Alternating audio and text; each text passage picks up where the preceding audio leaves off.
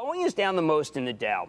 If what you heard, and boy, that would be terrific, if that came out and said it's available to Greg Smith, the CFO of Boeing, then I think that Boeing would not be the stock that would weigh on the Dow.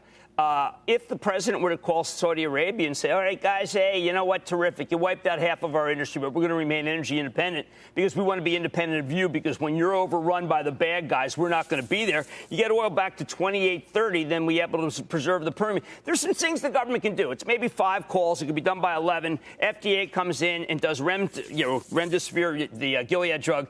And what we're going to say is, why did we decide that 10 million workers had to be thrown out? So I like the plan. It needs to be put in action, especially when we need to refinance in the first lien and extend any maturity. But that has to go to like Boeing's 2 million people. Please do not think that we're trying to rescue the CEOs. Let them get no pay. Right. No pay. Do a Mark Cuban. Yeah. Right. Yeah, it's a good point, Jim. And it reminds me of what Marriott has said this morning on their conference call.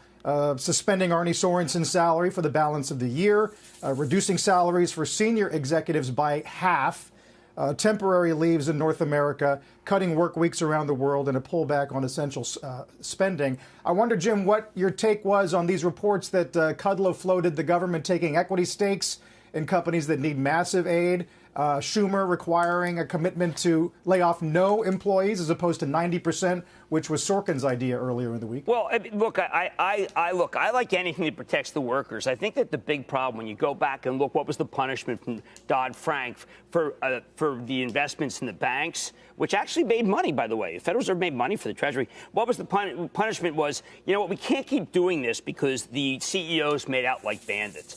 So what we have to do is just take a look at the proxy, see who the highest paid people are, and tell them, look, you can get this first lien, but you know what? That money, your salary, is going to go to the workers. Now, I know that that's going to sound a little too much like what is to be done, Lenin's seminal treatise about what we should do with corporations, but I don't think any of us care. I think at this point, we cannot have the fat cats make money at the expense of the workers. Now, I have to ask you guys, will there be a fifth home hedge fund provision? Because we've had a couple of hedge funds on this morning who, behold, there is a pale horse yesterday, too.